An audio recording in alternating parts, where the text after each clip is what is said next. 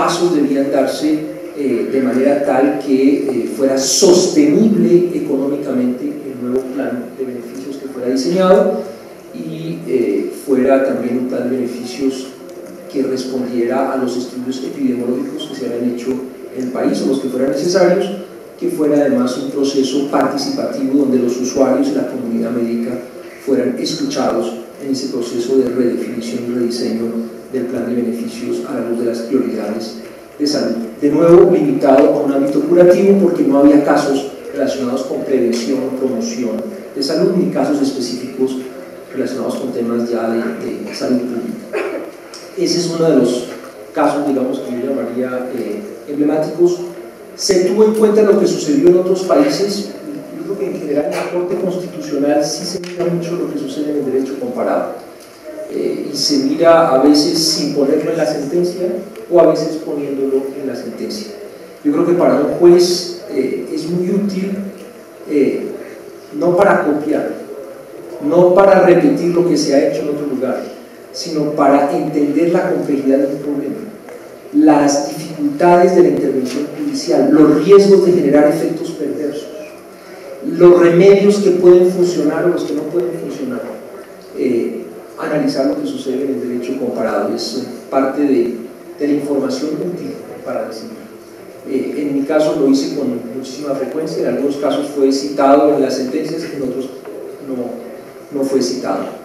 Sin embargo, en Colombia existe, digamos, una regla en esa materia según la cual no vale como argumento decidimos en Colombia así porque en tal país fue decidido de esa misma manera. Obviamente es un argumento simplista que no tiene ninguna fuerza, pero sí se estima que el derecho comparado constitucional comparado es útil para los temas que resaltaba, y a veces es explícito en las sentencias. En el caso de salud no lo fue,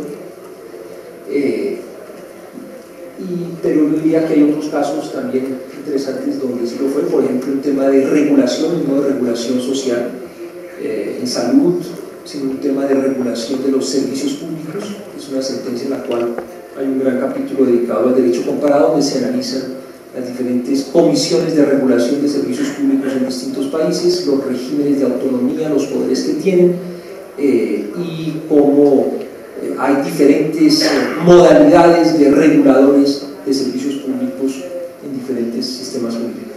Muy bien. Para balancear un poco, aquí tenemos al otro lado, y también a propósito de una balanza que preparó el equipo de Exprésala, a dos personas que, si bien han tenido contacto con las cortes, lo hacen más desde una posición de la sociedad civil. En ese sentido, tienen relación directa con lo que estamos discutiendo aquí en este seminario de la implementación de las sentencias, y son abogados que intentan impulsar la implementación de sentencias protectoras en derechos sociales. Porque si uno mira, y este es un tema de este coloquio, el tema dominante hasta ahora ha sido el de la justificación de las sentencias. La justificación que implica ver toda la parte teórica, toda la parte doctrinal, técnica de si se puede proteger o no, por ejemplo, para ir en los casos que ustedes mencionaban, el derecho a la salud como un derecho fundamental. Sin embargo, el giro que estamos viendo aquí en este evento es hacia la preocupación por la implementación y los efectos de las sentencias. Entonces, es como una especie de equilibrio de la balanza de la discusión y del trabajo práctico sobre los derechos sociales. Y aquí, digamos, para también equilibrar la balanza un poco en el auditorio, quería preguntarles a ustedes dos, a Steve Kajanovic del Legal Resources Center de Cape Town en Sudáfrica, y a Harsh Mander, que es comisionado de la Corte Suprema de Justicia de India, que no es un juez, sino que hace parte de la sociedad civil en medio de una figura muy interesante, que nos comenten, nos hagan un comentario rápido sobre lo siguiente. La Corte Suprema de India y también la Corte Suprema de Sudáfrica han tenido fama de ser activistas, se volvieron especies de íconos del constitucionalismo progresista mundial. Sin embargo, por lo que hemos leído y por lo que hemos escuchado aquí el día de hoy, parece que estuvieran en retirada. parece que se estuvieran echando un poco para atrás en relación con unas posiciones más activistas de otra época. Ustedes en su práctica profesional, ¿cómo han visto esta situación? ¿Coincidirían con este diagnóstico? Y dependiendo de la respuesta, ¿cuál ha sido su trabajo para intentar impulsar justamente el lado de la balanza de la implementación de los derechos sociales?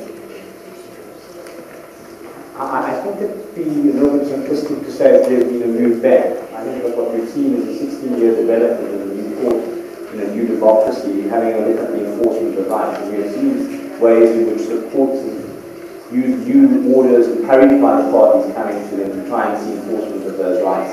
In the early days when the court first faced with these things, they were simply a declarative. For example, in the Quirkland case about housing, they simply at that stage said that the fact that the state did not provide for those most desperately in need was unconstitutional. The court didn't make any order about what the state should do, they simply declared that. But as we see over time, I think both parties going before the court and the court in part was dissatisfied with some of the outcomes of those cases, and you see a development of the types of remedies possible. So what you do see after the Quirkland cases, in a way, the next case that really comes to report on socioeconomic rights, where the court is asked to do something, is in the TAC case, which is going to do with ultimately rollout of environment and people HIV positive. And instead of simply stating that the failure to roll out the virus into people HIV positive was unconstitutional, the court went a step further and actually ordered, made a mandamus that the court should actually roll those out. And that could then be monitored by civil society, and if they wanted to go back to court of failure, they could go back to court of failure. So what we really saw was a shift in the way in which the court was posed to the question of remedies.